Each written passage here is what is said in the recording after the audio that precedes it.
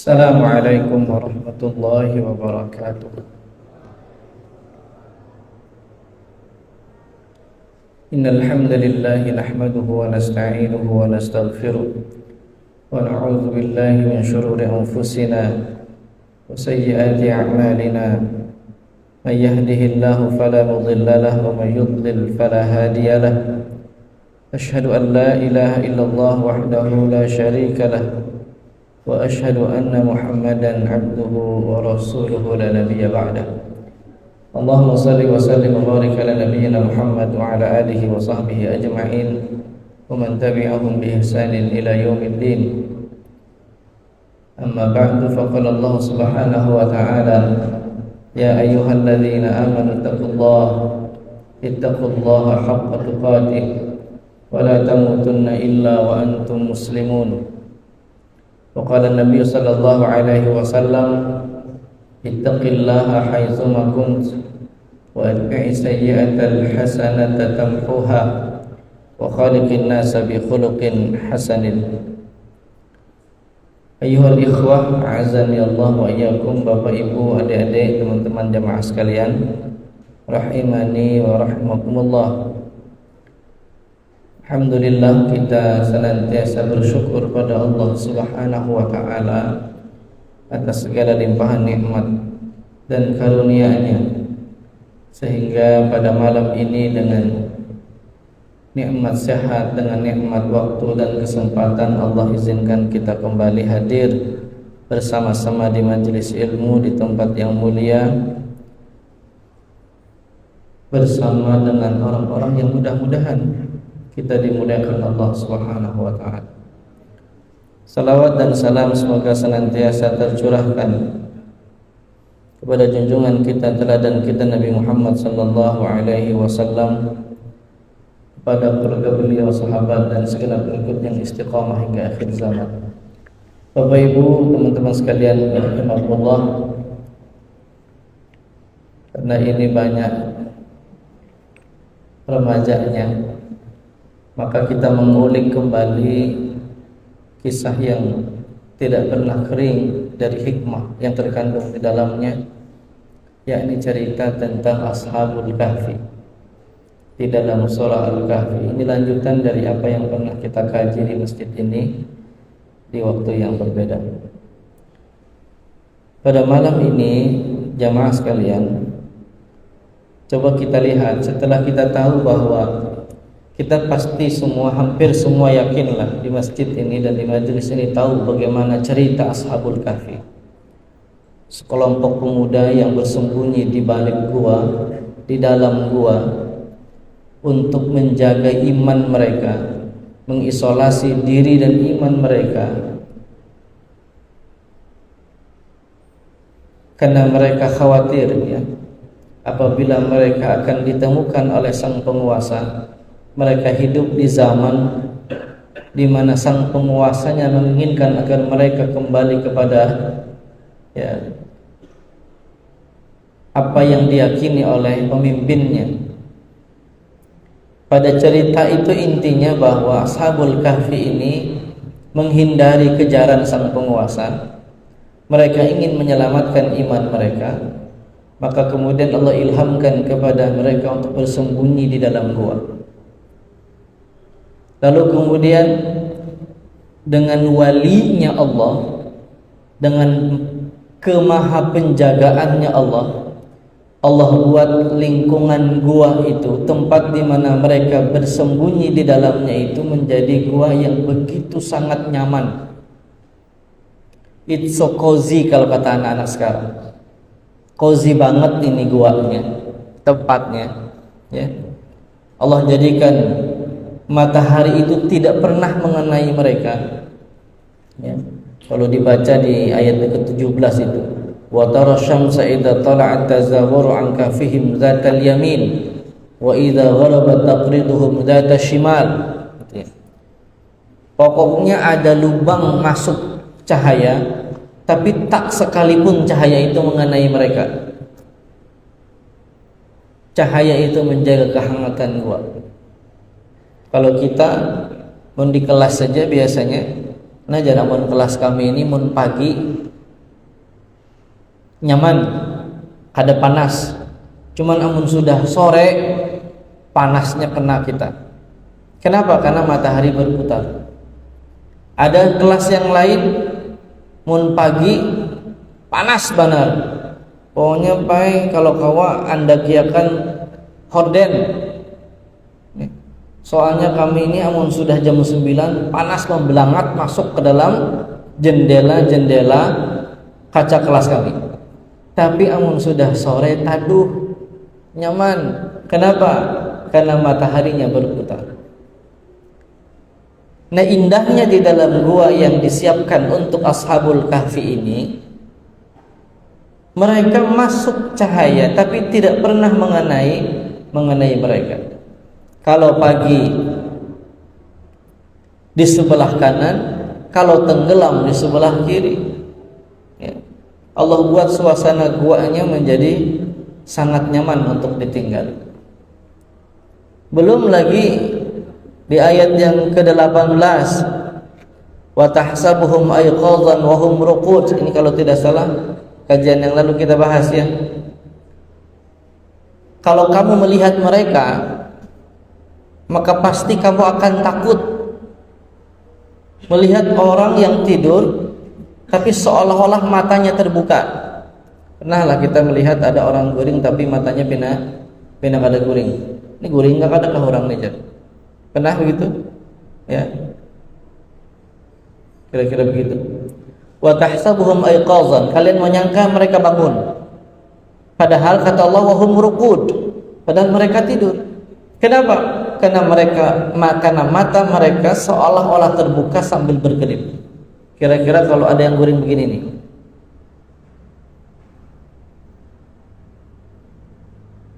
Dan Allah buat mata seperti itu 309 tahun lamanya. Apa fungsinya? Ini SMK apa SMA? SMA? Oh, SMK. Allah buat mata mereka tetap berkedip. Ini sunnatullah. Pian bisa bayangkan kalau mata mereka tertutup 309 tahun lamanya apa yang terjadi? Mereka hidup tapi 309 tahun mata mereka tertutup selama itu. Kira-kira apa yang terjadi? Pada saat mereka membuka mata, maka mata mereka akan super sensitif terhadap cahaya. Pian saja tutup mata pian dalam keadaan bangun, tutup mata pian. Atau nanti dalam keadaan tidur sampai bangun, jangan pernah buka mata selama 1 kali 24 jam. Kira-kira seandainya Anda lakukan itu, lalu kemudian dibuka matanya, apa yang terjadi? Mata Anda akan sangat sensitif terhadap cahaya. 309 tahun teman-teman sekalian. Allah buat mata mereka tetap seolah-olah terjaga dengan mengedap-ngedipkan agar fungsi syaraf mata mereka tetap terpelihara. Ini sayangnya Allah, tidurnya saja dijaga. Apalagi kita yang bangun ini. Maka wa tahsabuhum ayqadhan wa hum ruqud wa nuqallibuhum dzatal yamini wa dzatal shimal. Allah bolak-balikkan badan mereka ya, ke kiri dan ke kanan. Dan bisa bayangkan kalau ada orang 309 tahun berabah dengan posisi yang sama, tidak berpindah, tidak bergerak, apalagi di dalam gua bersentuhan langsung kulit dengan tanah, apa yang terjadi? Kada usah 300 tahun, 5 tahun, kada usah 5 tahun, setahun, kira-kira hancur atau tidak kulitnya? Hancur. Allah jaga kondisi kulit mereka dengan membuat mereka seperti orang yang tidur sebagaimana tidur orang biasa. Wa nuqallibuhum dzatal yamini wa dzatal shimal. Allah bolak-balikkan mereka ke kiri dan ke kanan untuk menjaga fungsi seluruh otot dan syaraf mereka agar tetap berjalan sebagaimana orang yang hidup. Ustaz, kada kawakah Allah tu membuat mereka itu guring-guring aja bangkit, bangkitkan, Oh kawa benar. Guring akan aja, anggap mati akan dia sudah, baik itu hidup akan pulang. Nyaman benar bagi Allah. Tapi kalau Allah membuat skenario seperti itu, kira-kira kita belajar apa dengan itu? Tidak ada. Allah sangat memperhatikan apa yang disebut dalam kehidupan ini sunnatullah, proses. Lihat Nabi berjalan hijrah dari Makkah ke Madinah, berproses. Ada planningnya, ada ikhtiarnya, bahkan ada hampir kegagalannya. Nabi perang Badar, Nabi berdarah-darah di Uhud, Nabi harus menahan lapar di Khandaq, menggali parit dengan sekian dalamnya. Mungkin ada sebagian mengatakan kada kawa Nabi itu berdoa lawan Allah Ta'ala aja, kipayakan musuh berataan, kawa benar. Kada kawa Allah itu mengutus Nabi itu hijrah dari Makkah ke Madinah tuh ting menghilang itu sampai ke Madinah, kawa benar. Tapi kalau itu yang terjadi, apa yang kita bisa ambil pelajaran? Allah mengajarkan kepada kita proses. Nggak ada orang ujuk-ujuk langsung jadi pintar, itu kada ada. Tapi berproses dia dengan seluruh ikhtiarnya, bil juhdi, dengan kesungguh-sungguhannya, untuk kemudian ia mendapatkan apa yang ia impikan. Proses itu harus dilalui. Mungkin ada yang mengatakan, kada kau ke Allah tuh membunuh aja si raja itu supaya si pemuda-pemuda ini kada usah sembunyian pang. Kau benar. Tapi kalau itu yang terjadi, kita tidak akan pernah mengambil hikmah apapun dari peristiwa kehidupan yang Allah gambarkan di dalam Al-Quran. Karena itulah maka Allah menetapkan dengan cara seperti ini, karena untuk kita belajar, untuk kita belajar bagaimana sunnatullah itu terjadi pada setiap kehidupan. Ada hukum sebab akibat. Kalau benda dilempar dia akan jatuh, dan seterusnya. Kalau kulit itu tidak digerakkan di satu sisi, maka dia akan hancur. Maka Allah buat tubuh mereka berbolak-balik agar apa? Agar kulit mereka tetap terjaga. Allah buat mata mereka tetap berkedip, bahkan seolah-olah terbangun, agar fungsi mata mereka selama ratusan tahun itu tetap terpelihara. Jadi Allah sudah jaga tempatnya, dibikin cozy. Kemudian apa? Allah menidurkan mereka dengan sunnatullahnya, ya, sebagaimana orang tidur layaknya kita tidur seperti kita biasa. Maka perhatikan, kira-kira teman-teman sekalian jamaah yang dimuliakan Allah rahimahullah, kalau kita yang bikin skenario ini kalau kita yang jadi sutradaranya, saya tanya teman-teman, ini ada yang film nggak ini? Ada yang film nggak? SMK film kan ada satu ya? Ada yang film nggak? Nggak ada? Oh, ada ya? Kira-kira kalau kita yang jadi penulis skripnya, ini 309 tahun bersembunyi dalam gua, ketika keluar, kira-kira kita nulisnya apa nih? Ya, bersembunyi di dalam gua, ketika keluar akan melakukan apa kira-kira? Pasti sesuatu yang heboh, ya kan? Taruhlah kita nonton film Shang-Chi and the Legend of Ten Rings, tahu? Ada? Yang musuhnya si Dumbledore itu yang bersembunyi di dalam gua, kalau dia keluar, apa yang akan dia lakukan? Dia akan membunuh seluruh manusia. Betul? Ada makhluk yang bersembunyi di dalam gua ratusan tahun. Kalau dia keluar, pada saat dia keluar maka dia akan membunuh seluruh manusia. Nah, itu kan kita yang bikin skenario, betul? Atau seandainya kita yang bikin ini, 309 tahun pemuda ini, ketika dia keluar, kira-kira dia akan melakukan perubahan yang hebat, betul? Dia akan menjadi apa? 5 sekawan kalau orangnya berlima, atau 7 sekawan kalau orang bertujuh, ya, seperti sang Ronin gitu, untuk menghabisi semua musuh-musuh, untuk mengembalikan kejayaan. Aduh, saya jauh-jauh 309 tahun. Kita nak hendak pemilu nih jegin, kena jar amun bubuhan Dayak turun gunung. bubuhan Dayak turun gunung, Madang turun gunung itu aja mesti sesuatu yang heboh akan terjadi, betul? Ya, menghadang kayaknya bubuhan pendekar turun gunung, sudah bubuhan pendekar turun gunung tuh seolah-olah kalau sudah turunan akan ada sesuatu yang besar, betul? Terjadi. Ya. Itu kita yang bikin skenario. Tapi perhatikan skenario Allah. Ya, ayat ke-19. Menarik ini. Ini plot twist banget ini. Ya. Wa kadzalika ba'asnahum liyatasaalu bainahum. Perhatikan. Dan begitulah Allah membuat mereka tertidur 309 tahun. Lalu Allah keluarkan mereka dari gua untuk apa coba? Untuk apa?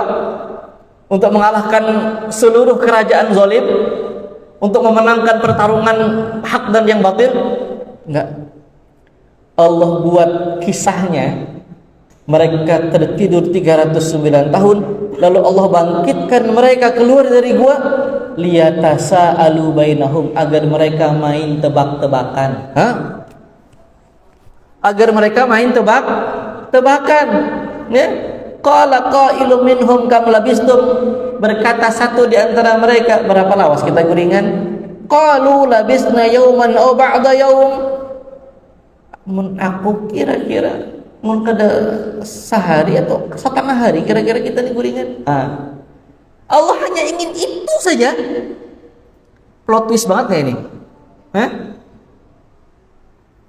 Ini out of the box kayak ini, ya. Di luar BMKG kan? Gitu? Loh, ini Allah menulis. Allah sebutkan di dalam Al-Quran, wa kadzalika ba'asnahum liyatasaalu bainahum. Allah jadikan mereka bangun dari tidurnya yang panjang itu agar mereka main tebak-tebakan. Berapa lawas kita ini guringan? Lalu mungkin di antara kita akan mengatakan, seiseng itu kah Allah bikin skenario? Serius? Ada yang nanya begitu? Ada nggak kira-kira? Masa iya sih Ustaz? Emang buat itu doang? Iya. Apa iya? Iya. Masa iya? Kalau sudah sampai pertanyaan yang ketiga, dengan pertanyaan liyatasaalu bainahum, Allah tidak sedang bermain-main. Allah tidak sedang asal-asalan membuat cerita, ya, perjalanan Ashabul Kahfi yang kemudian dibangkitkan setelah tertidur 309 tahun. Kalaupun hanya sekedar main tebak-tebakan, tapi lihat apa hikmah di balik tebak-tebakan. Perhatikan jawaban yang pertama. Kira-kira kita berapa lawas hidupnya? Kedua, yang tidur tadi mengatakan, yang tidur tadi di antara mereka yang qalu, beberapa orang di antara yang tidur tadi sepakat mengatakan, kira-kira kita ini guringan semalaman kalau nggak, atau setengah malam. Perhatikan, bagi kita, bagi pian, 309 tahun itu lawas kada? Lawas. Ada yang berbeda pendapat nggak? 309 tahun itu satu mata jasa adalah, menurut pian 309 tahun lawas atau kada? Lawas. Hampir sama lawasnya dalam penjajahan di Indonesia, ya. Oke. 309 tahun ujar kita lawas. Ujar kita lawas. Kita yang membaca cerita ini saja kok 3 abad tidurnya.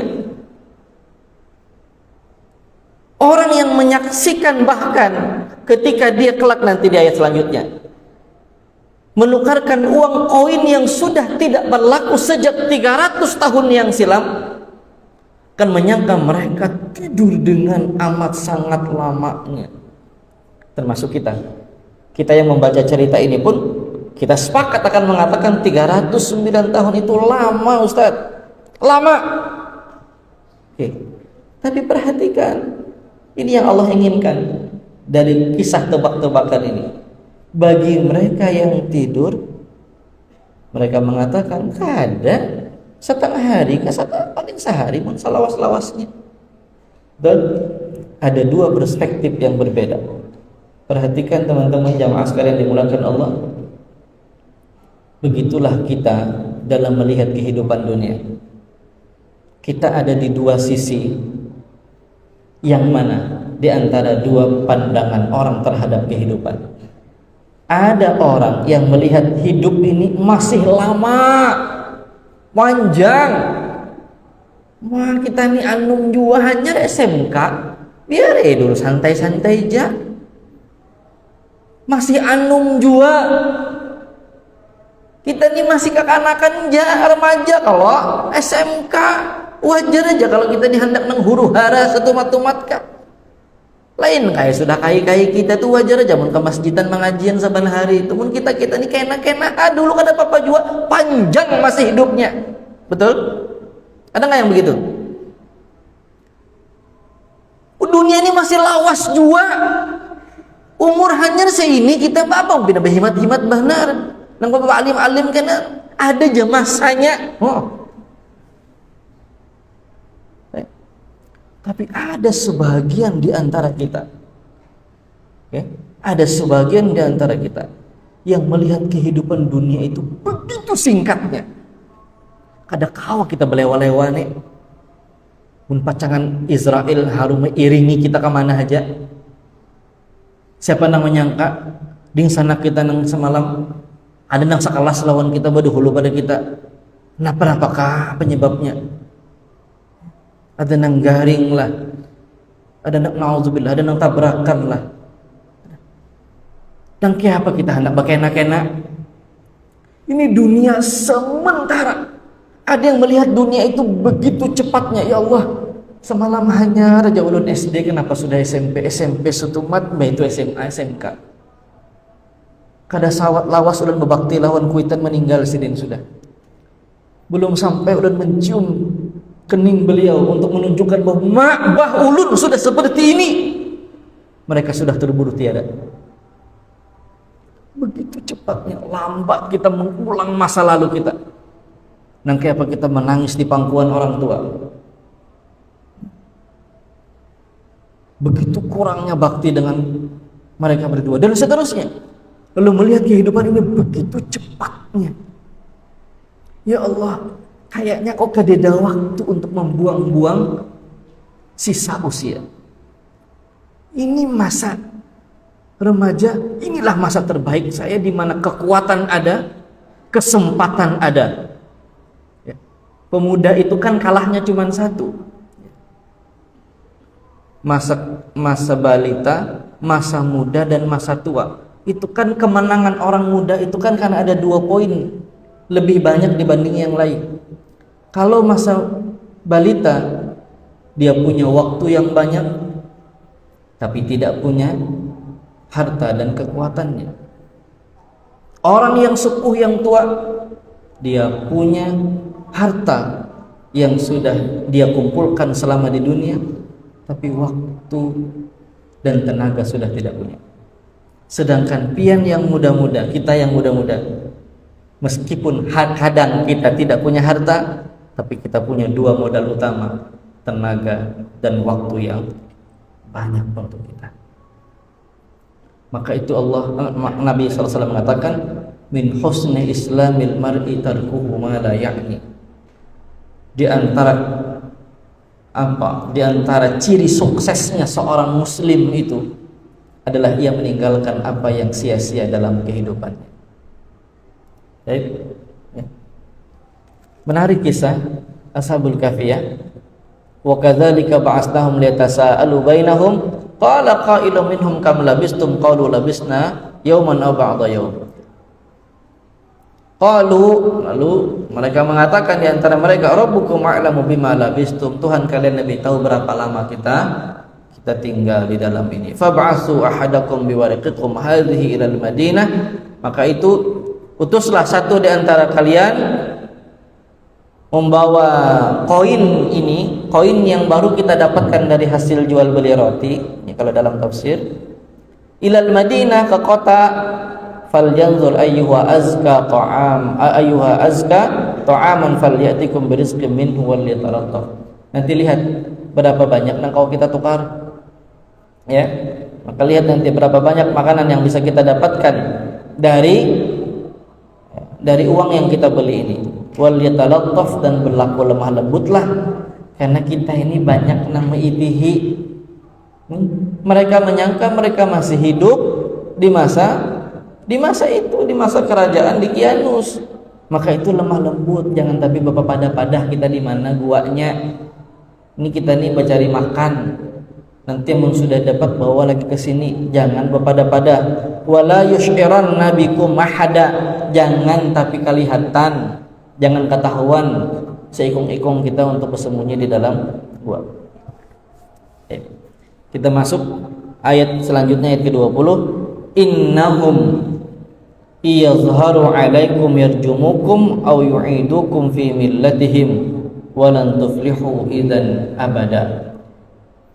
Sungguh apabila mereka itu ketahuan oleh bubuhan penguasa dan mata-matanya dan antek-anteknya, yarjumukum, mereka pasti akan merajam kalian, akan menyiksa kalian, akan mengeksekusi kalian, minimal memenjarakan kalian.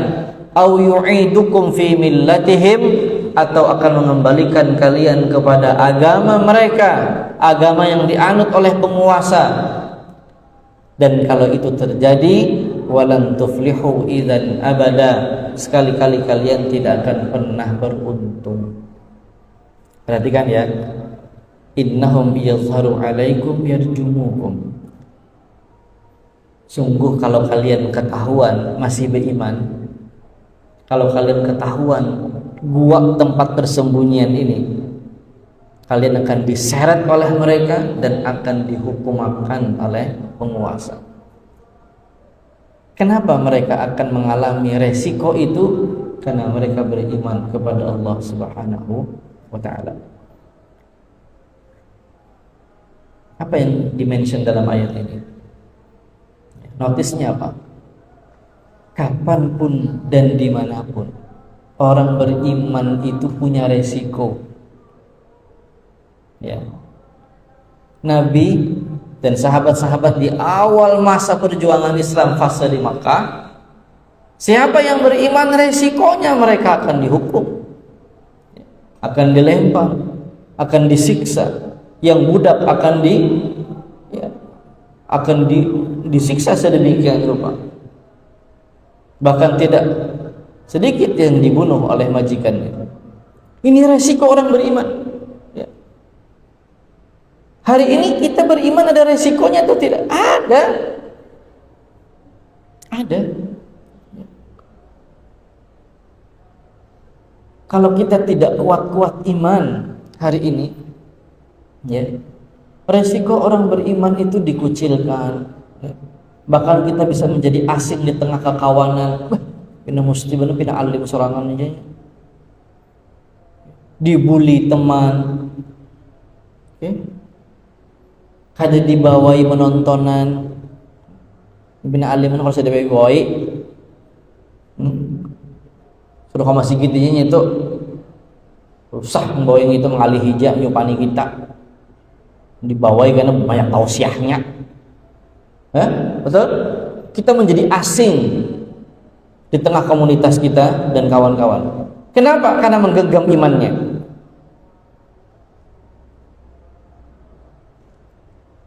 Karena dulu ya, waktu di perusahaan perusahaan internasional ya. Kalau lagi meeting, manajer dan supervisor, kalau lagi meeting ya di puncak ya. Kalau saya disebut deh ininya perusahaannya.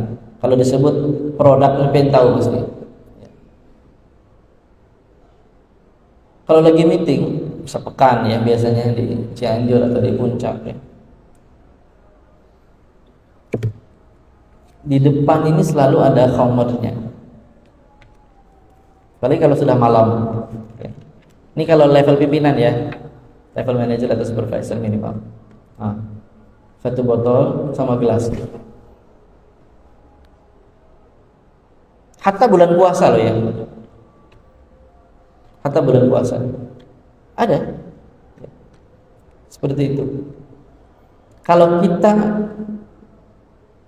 tidak kurang-kurang kira-kira. Kada kurang-kurang nih idealisme dan keimanan kita. Mun kita minum pada ada nang tahunya juga. Orang Banjar sini kenapa ada? Mun kita sorangan aja jadi kieu ke sana. Nang ada nih se-Indonesiaan lain-lain orangnya. Kada papatuhan juga. Kada ada jenang tahu. Dan ya kan? Atau misalnya orang sudah pulihkan keluaran pada ruang meeting, kita di dalam menyorangkan apa hal? Tidak ada masalah.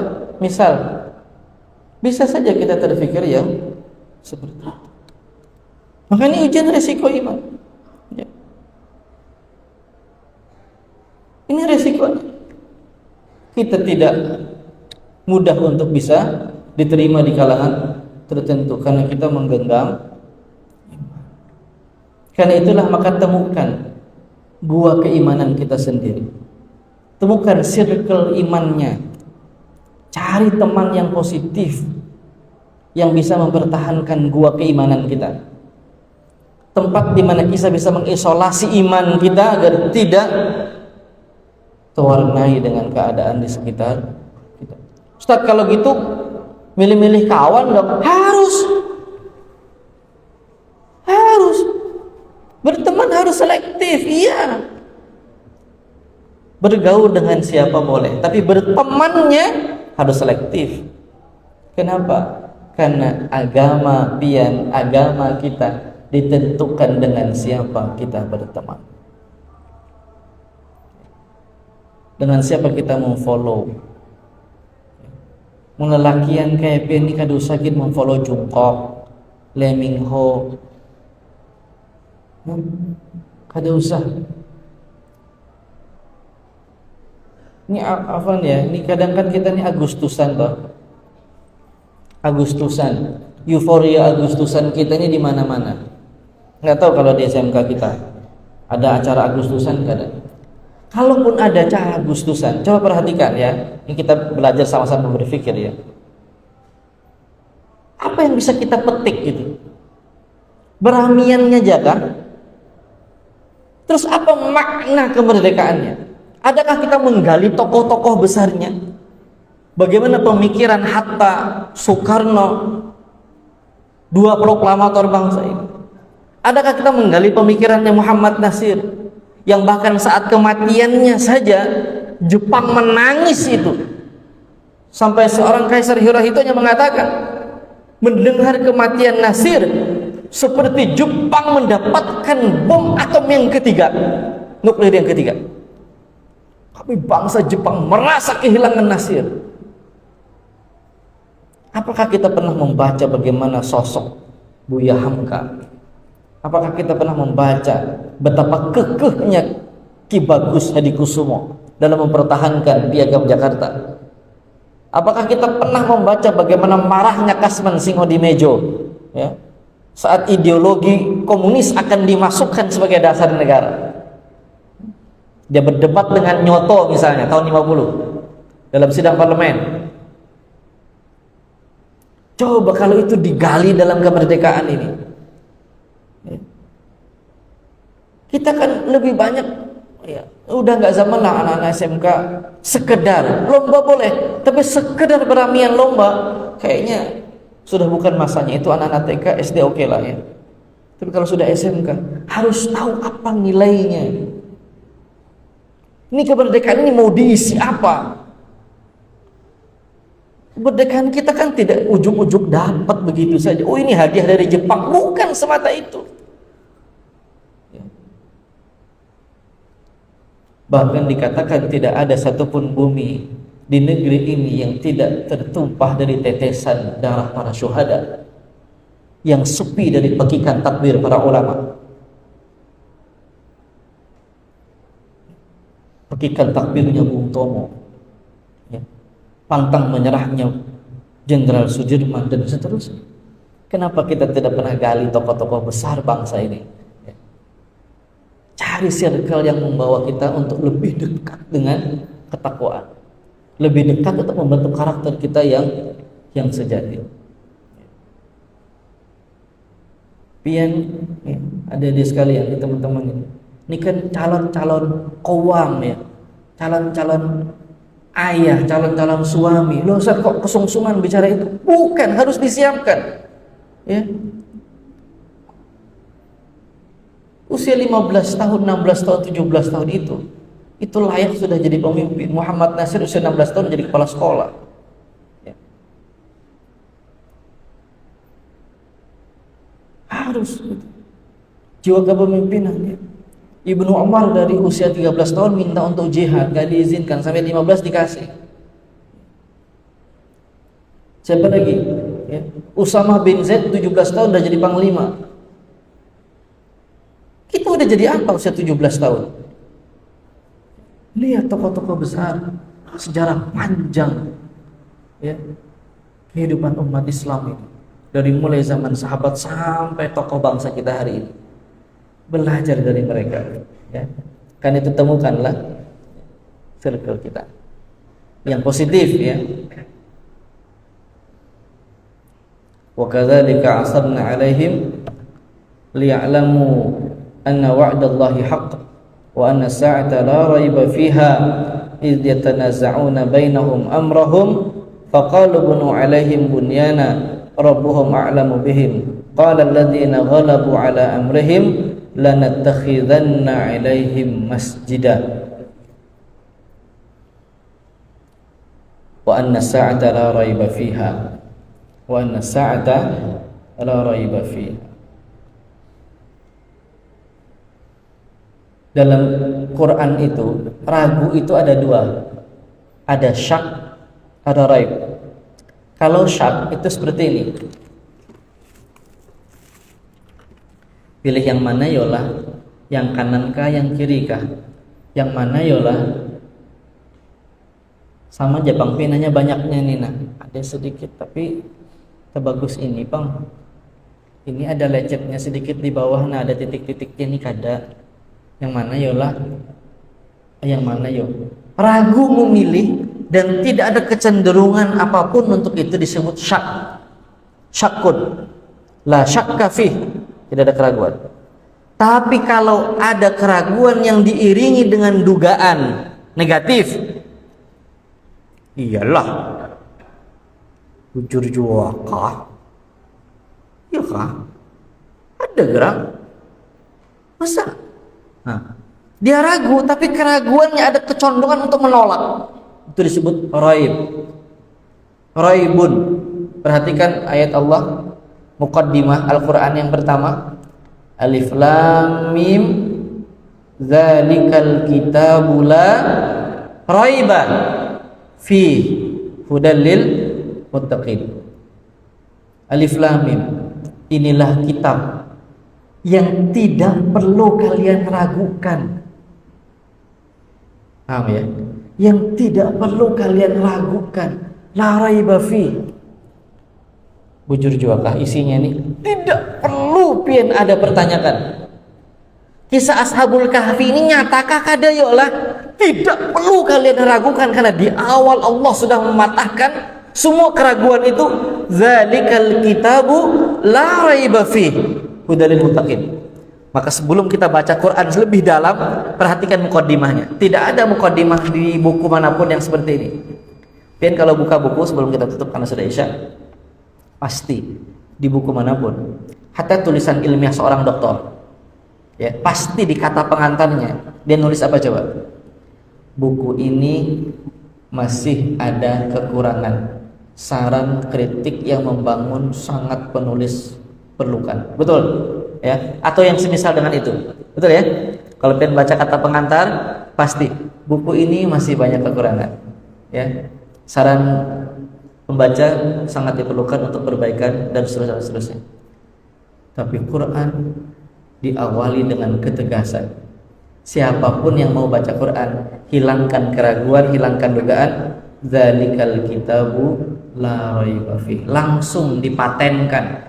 Kitab ini you baca mulai awal sampai endingnya, tidak perlu kalian ragukan sedikit pun karena di dalamnya hak 100% benar. Oke, begitu pula as-sa'ah, begitu pula hari kiamat. Hari kiamat pasti ada. Cerita ini pada mulanya ada orang bingung ya, rakyat Tikianus, bujur juga kah bubuhannya itu guring? Bujur juga kah ada hari kiamat? Yolah, adalah hari kiamat tuh. Pas lagi asik-asiknya berdebat dengan, kada mungkin hari kiamat ada. Mana ada bisa bangkit lagi? Bebayarami tentang itu temanya. Datanglah salah satu di antara Ashabul Kahfi ini menukarkan uangnya. Itu ceritanya. Ini duit laos nih. Dapat di mana nih? Ambil di museum nggak? Mencuntan di barang antik kah? Ada. Kami dapatnya dari hasil berjual roti semalam. Ajitnya enak bubuhan nang guringan. Nah, begitu. Maka Allah tampakkan, jangankan kalian ragu akan kebangkitan, ini di hadapan pian nina ada orang yang banyak hanya bangun 309 tahun yang silam. Kadu sama ragukan hari kiamat, ini di depan pian nina orangnya.